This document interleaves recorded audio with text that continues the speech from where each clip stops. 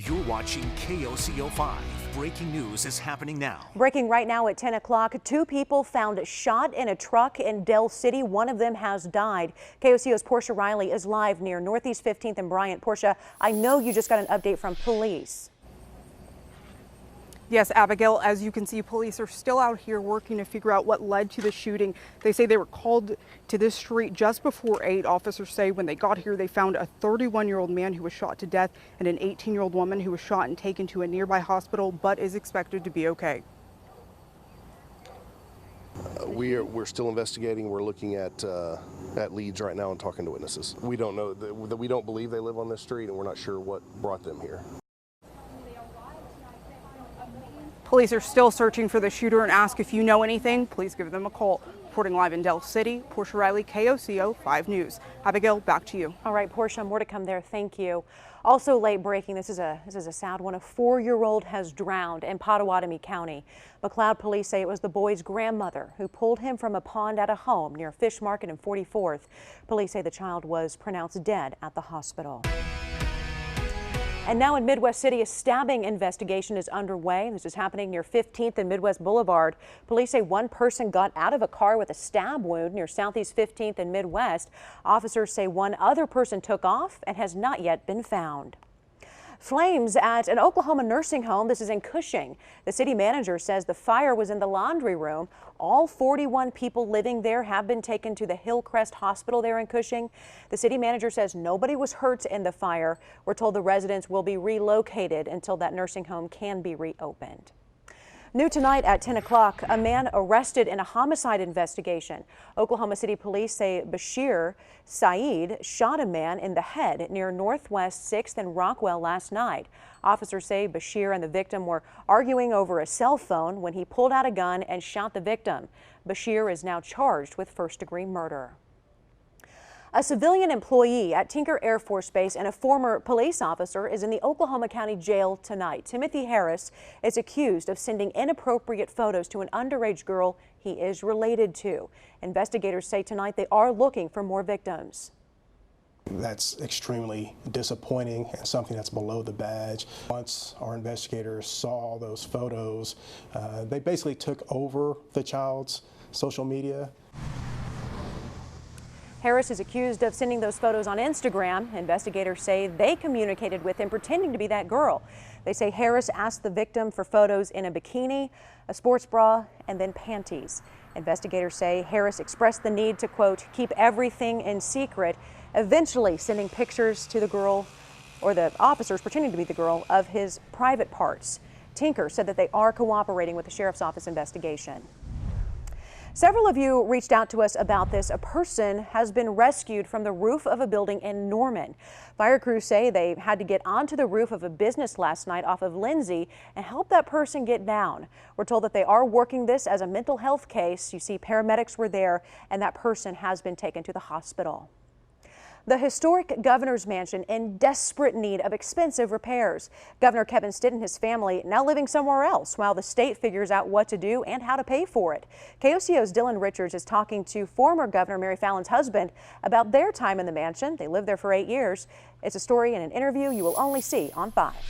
Yeah, the governor's mansion is here on Northeast 23rd, just a few steps from the Capitol building. Has a long history. Construction completed on the building in 1928. It's housed governors and their families since then, including the family of Governor Mary Fallon and her husband Wade Christensen. So we considered it an honor, and it was a lot of fun living there. But not all the time, like during heavy rainstorms. When you'd have a big rain or even a blowing rain, all the floors would leak, and we'd run around with pots and pans and catch the leaks. We'd get trash cans to catch the leaks. Other issues include possible mold, the foundation needs sealing, heating and cooling problems. Right now, Governor Kevin Stitt's office working to get bids to do the repairs. The legislature has set aside $2 million. Author Bob Burke telling me the place has got to be repaired. All the great men and women who have led Oklahoma have lived there. They have slept there. That is a part of history that we can't give up just by being modern and wanting to build a new house. In Oklahoma City, Dylan Richards, KOCO 5 News. Deadly devastation and destruction in the Bahamas. We are getting just some horrifying images coming in tonight from Great Abaco Island. Hurricane Dorian slammed into the area as a Category 5 storm. Look at this, what's left behind. At least 5 people are dead.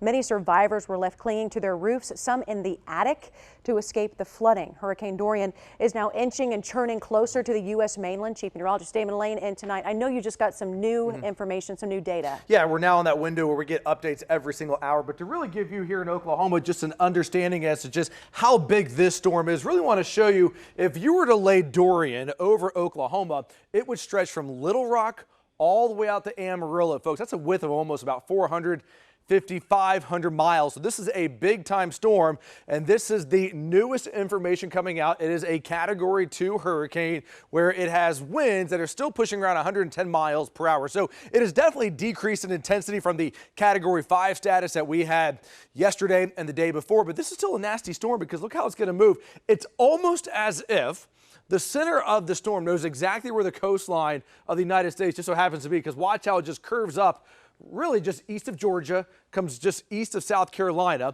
and then it's just east of Wilmington, North Carolina as we go later into the week. Now, this storm will make landfall late into the week, very close to the Outer Banks of North Carolina, but still, this storm, while it will not make official landfall anywhere in South Carolina, it will eventually do it in North Carolina, and it's definitely going to be a news story that we're going to track all week long. The bigger story, though, for here in Oklahoma, I know it's still officially summertime, but when will fall air move in? We have the newest data coming in, certainly a forecast you don't want to miss if you enjoy a taste of some cooler weather.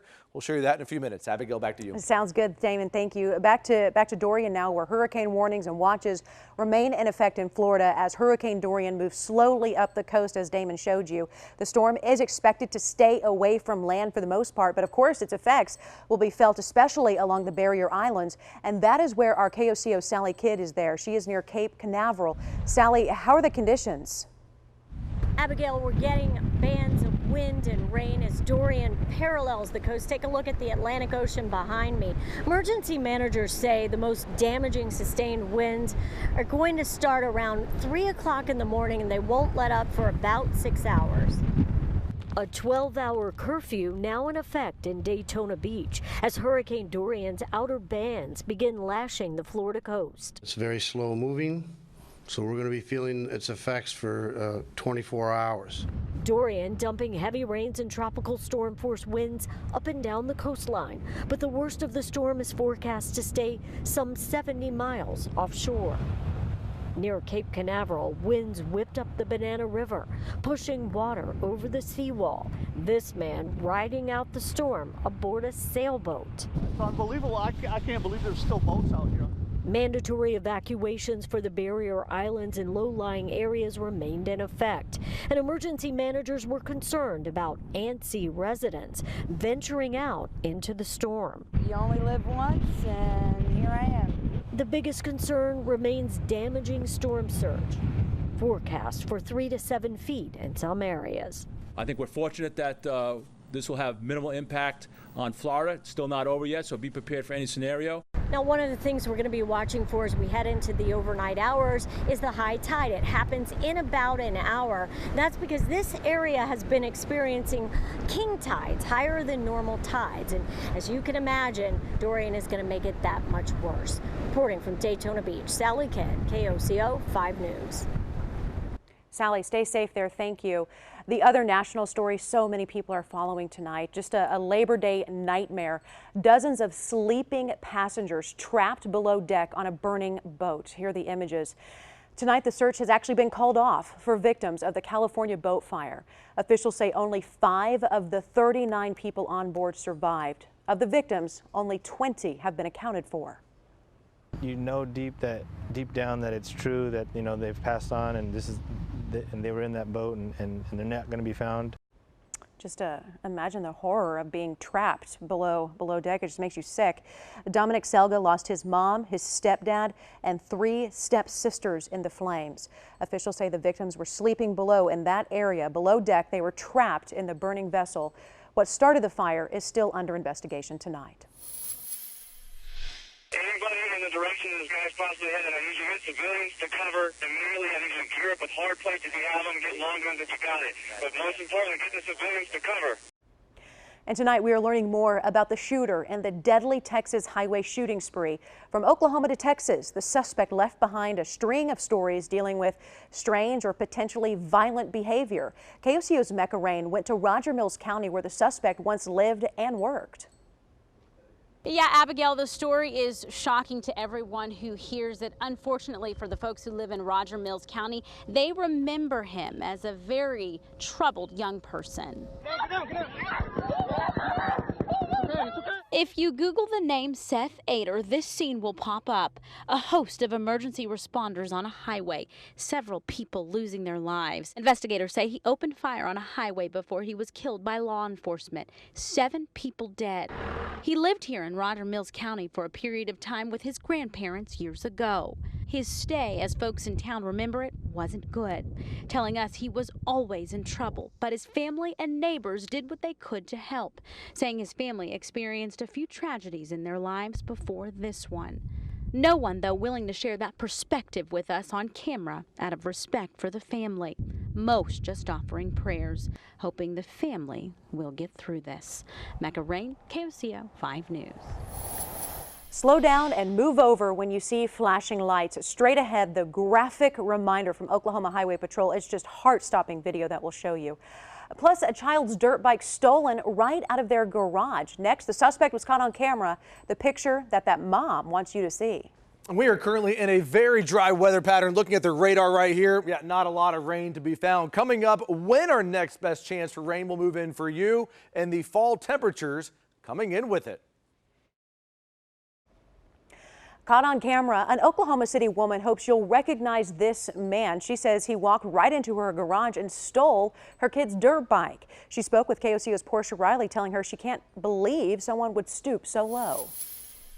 Abigail, the bike is a blue Yamaha TTR 50. Brittany Jones says it was stolen on Labor Day in broad daylight in a matter of minutes.